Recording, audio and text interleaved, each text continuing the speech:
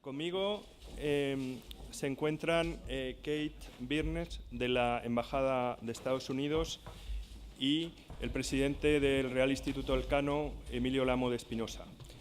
Yo quiero iniciar esta clausura destacando, en primer lugar, o dando las gracias a los participantes en este foro, evidentemente también a los organizadores, y en ese sentido creo que, por un lado, el trabajo realizado por el Real Instituto Elcano, por otro lado, la aportación de la Embajada norteamericana y de la Fundación Ortega y Marañón han permitido que en este recinto en el que acogemos este foro hayamos conseguido la manifestación de lo que es una sinergia funcionando. Y yo creo que debemos estar todos satisfechos, por un lado, por la celebración del foro, el primer foro del Instituto Elcano, en segundo lugar por las posibilidades de que se reproduzca en esta casa, ya sé que se va a reproducir el año que viene, pero que se reproduzca también en esta casa, y en tercer lugar, precisamente porque el trabajo que desarrolla Casa Árabe está ligado a muchos de los elementos que han surgido hoy, elementos de coordinación, elementos de educación,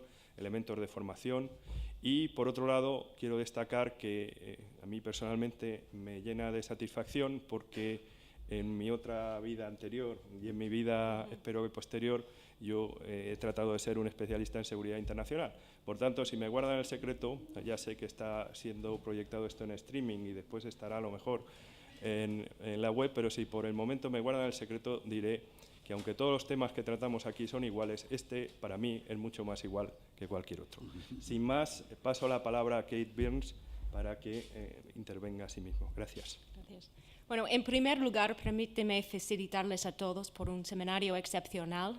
Gracias a Eduardo López Busquets y Casa Árabe, a Emilio Lamo de Espinosa y el Real Instituto Elcano, a Alfredo Pérez y Armiñán y la Fundación Ortega Marañón, y especialmente a Fernando Reinares por organizar una vez más un programa tan sólido. La Embajada de Estados Unidos está encantada de poder colaborar con socios tan excelentes y aportar la participación de dos destacados expertos de Estados Unidos, Mark Varry, el agregado jurídico de la Embajada, y Aaron Zellen, del Instituto Washington de Políticas de Oriente Próximo. Como han expuesto los ponentes, en los últimos 10 años ha habido muchos avances positivos y muchos éxitos contra los grupos terroristas y los extremistas violentos, pero no debemos relajarnos. El presidente Obama dijo en mayo pasado: Estados Unidos sigue estando amenazado por los terroristas. Desde Benghazi hasta Boston se nos ha recordado trágicamente esa verdad. Pero hemos de reconocer que la amenaza ha cambiado y ha evolucionado en relación con la que llegó a nuestras tierras el 11 de septiembre. Con 10 años de experiencia es el momento de formularnos preguntas difíciles sobre la naturaleza de las amenazas de hoy y cómo debemos afrontarlas. En Yemen, Estados Unidos está apoyando a las fuerzas de seguridad que han recuperado el territorio del grupo Al-Qaeda en la península arábiga. En Somalia hemos ayudado a una coalición de países africanos a expulsar a Al-Shabaab de sus bastiones. En Mali estamos proporcionando ayuda militar a la actuación liderada por Francia para hacer retroceder a Al-Qaeda en el Magreb Islámico y ayudar al pueblo a recuperar su futuro. Tenemos que apoyar la transición a la democracia en lugares como Egipto y Túnez, y debemos seguir ayudando a los países a modernizar su economía, mejorar su sistema educativo y fomentar el desarrollo de la capacidad empresarial, especialmente entre los jóvenes. España y Estados Unidos trabajan juntos diariamente para combatir el extremismo violento y luchar contra el terrorismo. Muchos departamentos de la Embajada colaboran con funcionarios del gobierno español, los organismos policiales, las ONGs e instituciones académicas para combatir el terrorismo y para llevar a las comunidades mensajes de tolerancia y medios de cambio pacíficos. En ese sentido, recientemente hemos tenido 2 programas. El primero presentó a un antiguo miembro de una banda callejera de Chicago, Eddie Bocanegra, que habló a los jóvenes de Madrid y Barcelona sobre cómo logró salir de la destructiva cultura de las bandas callejeras Un programa similar fue organizado en Barcelona, Valencia y Madrid, con 2 estadounidenses que han creado el mayor concurso de poesía hip hop en el mundo.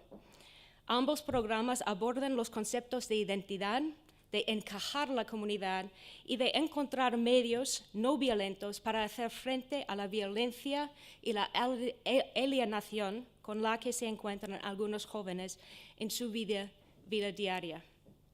Trabajando juntos, podemos continuar desarrollando los medios para responder a las amenazas diarias, al tiempo que abordamos los factores que atraen a los jóvenes a las ideologías extremistas.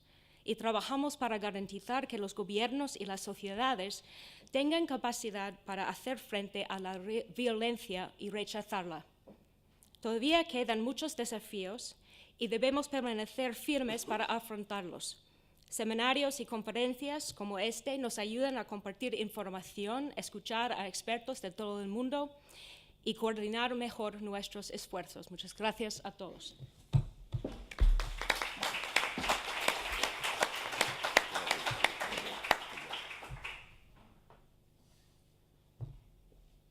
Sí, Emilio, por favor. Muchas gracias. Querido Eduardo López Busquets, director general de la Casa Árabe. Querida Kate Birnes, consejera para Diplomacia Pública de la Embajada de los Estados Unidos en Madrid. Saludo también en ausencia a Alfredo Pérez Armiñán, director general de la Fundación Ortega Marañón. Ponentes aquí presentes, señoras, señores, amigas y amigos todos. Con este acto, como sabemos, se clausura el primer foro Elcano sobre terrorismo global, que a su vez se corresponde con la 12ª edición del Seminario Permanente de Estudios sobre Terrorismo. Ello significa, ante todo, que el encuentro especializado y de alto nivel al que todos ustedes han asistido ayer y hoy continúa una larga y consolidada serie previa de reuniones semejantes. Al mismo tiempo, como habrán podido también notar, incorpora cambios en su formato y cambios en su organización. Durante nada menos que 12 años consecutivos, y esto es sinceramente un éxito, la Fundación Ortega y Gasset, la Fundación actualmente Ortega Marañón, ha sido la entidad organizadora de este encuentro anual en la cual colaboramos regularmente otras instituciones, como es el caso de la Embajada de los Estados Unidos en España y del Real Instituto Elcano. Ahora el Instituto Elcano toma el relevo de la labor extraordinaria desarrollada durante ediciones previas por el Seminario Permanente de Estudios sobre Terrorismo, es decir, por directivos y por personal de la Fundación Ortega Marañón. Y con ello la atención genérica a cuestiones de terrorismo y antiterrorismo ha pasado ya a centrarse en el terrorismo global y sus respuestas.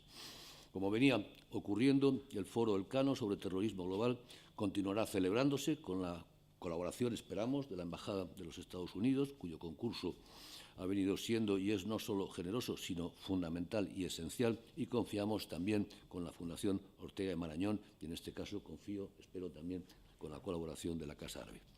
En esta primera edición, como digo, hemos tenido el privilegio de contar ciertamente con estos fantásticos locales y confiamos poder contar con ellos igualmente en el futuro.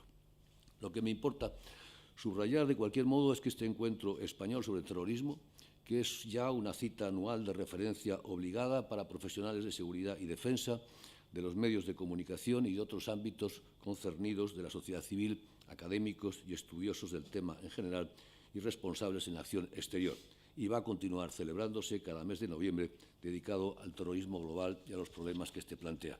Esta continuidad se refleja, sin duda, en la dirección académica del foro, que continuará siendo dirigido por Fernando Reinares, investigador principal de terrorismo internacional en el Real Instituto Elcano, una personalidad que se ha ganado un indiscutible y merecidísimo prestigio nacional y, por supuesto, también internacional en este tema. Y quiero agradecer a Fernando su dedicación, no solamente para este seminario, sino su contribución constante a las tareas y a las actividades del Real Instituto Elcano.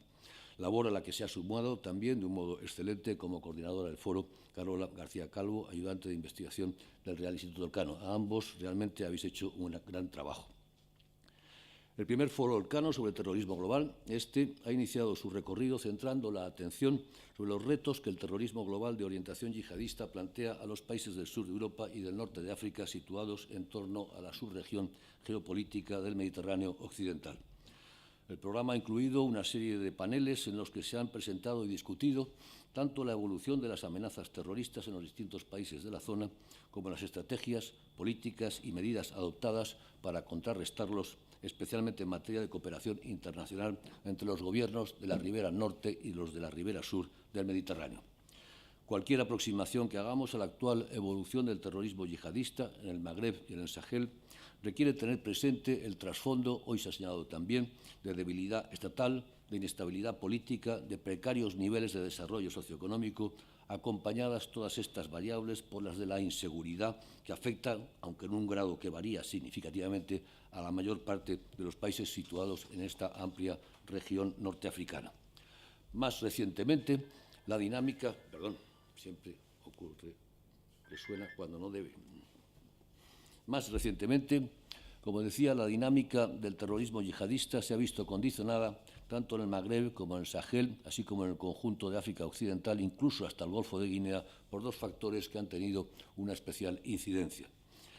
El primero, sin duda alguna, la intervención francesa que a inicios de este mismo año 2013 desbarató el condominio yihadista que Al-Qaeda en el Magreb islámico, AQMI, el Movimiento para la Unicidad y la Yihad en África Occidental, Muyao y Ansar al-Din, habían conseguido instaurar en gran parte del norte de Mali, aprovechando la oportunidad favorable que ofrecieron sobre todo una rebelión tuareg derivada en buena medida de la desintegración de Libia y de un golpe de Estado en Bamako.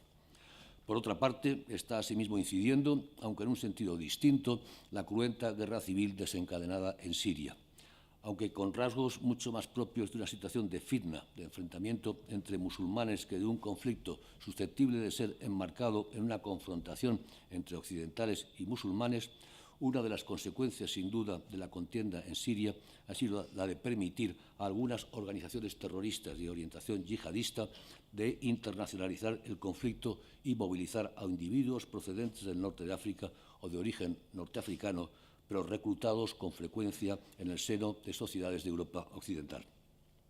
Con este trasfondo se está produciendo tanto una adaptación singular como una recomposición conjunta del elenco de grupos y de organizaciones que cabe adscribir al creciente y heterogéneo sector del movimiento yihadista en el Magreb y en el Sahel.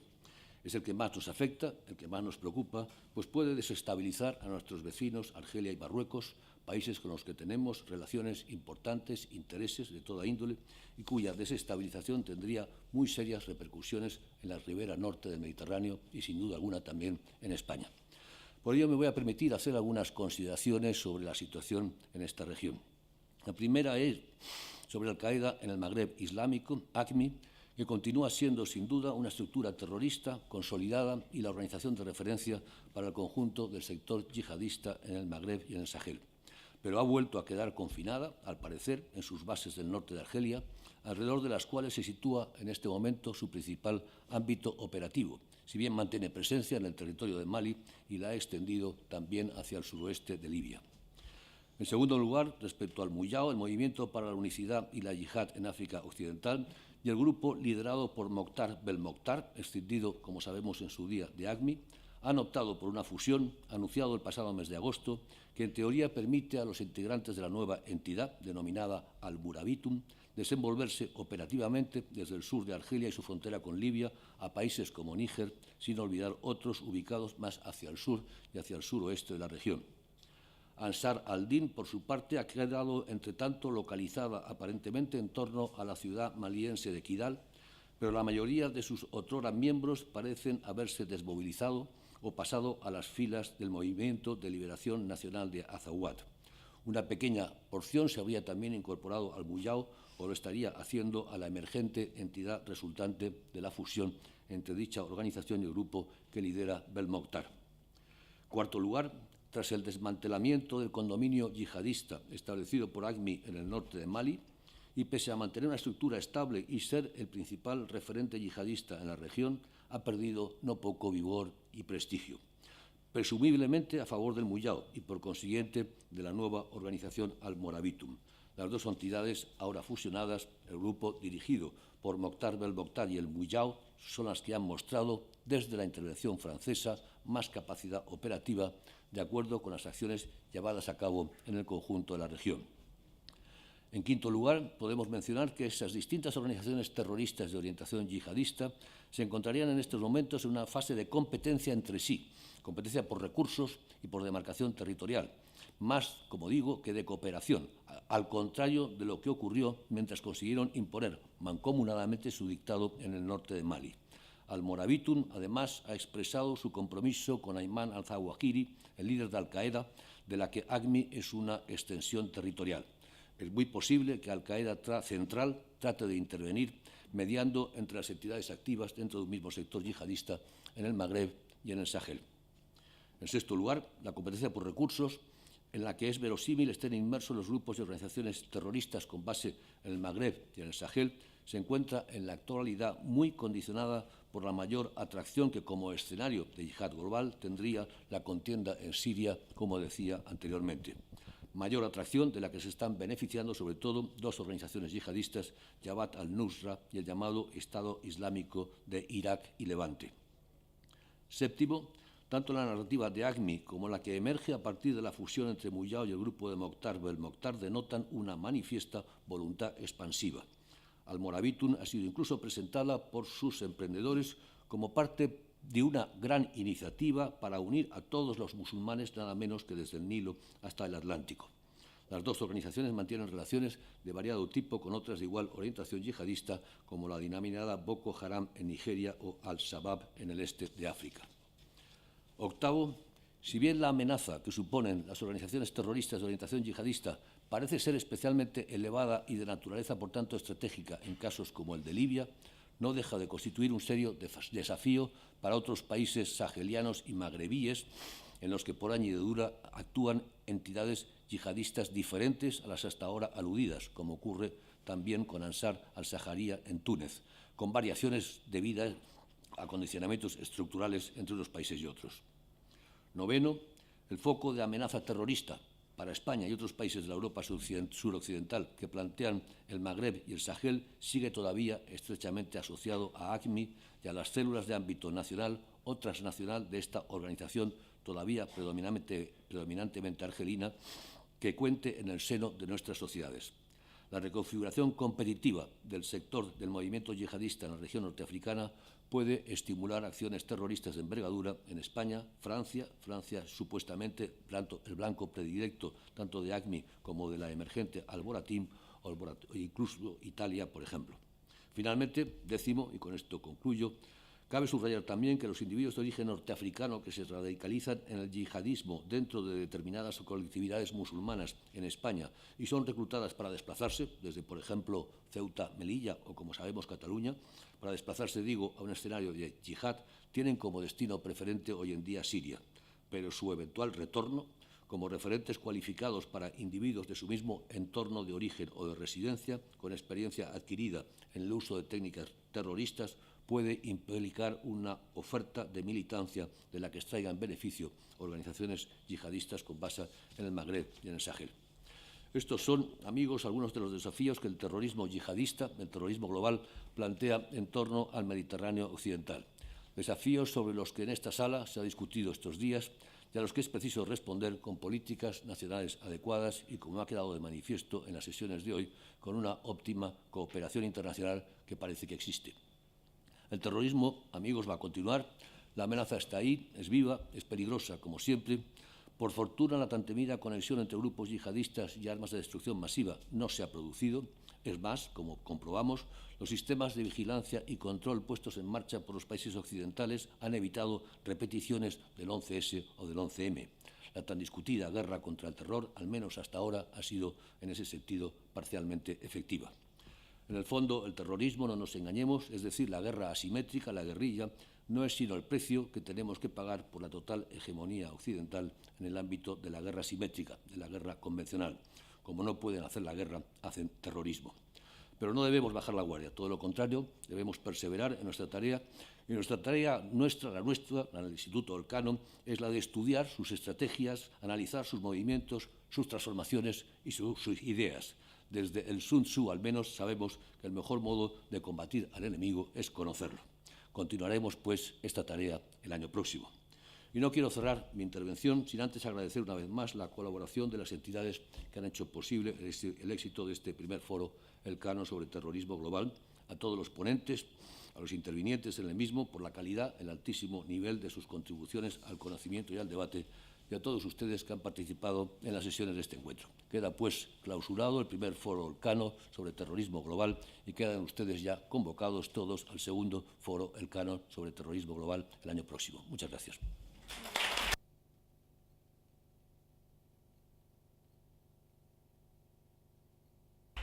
Muchas gracias. Simplemente agradecer a los intérpretes la labor realizada y decir que, como he dicho antes, el foro ha sido transmitido por streaming y también vía Twitter. Por tanto, agradecemos a los que lo hayan seguido de esa manera y destacar que por primera vez, de manera intensa, por así decirlo, se ha utilizado el Twitter en árabe en esta casa. Gracias.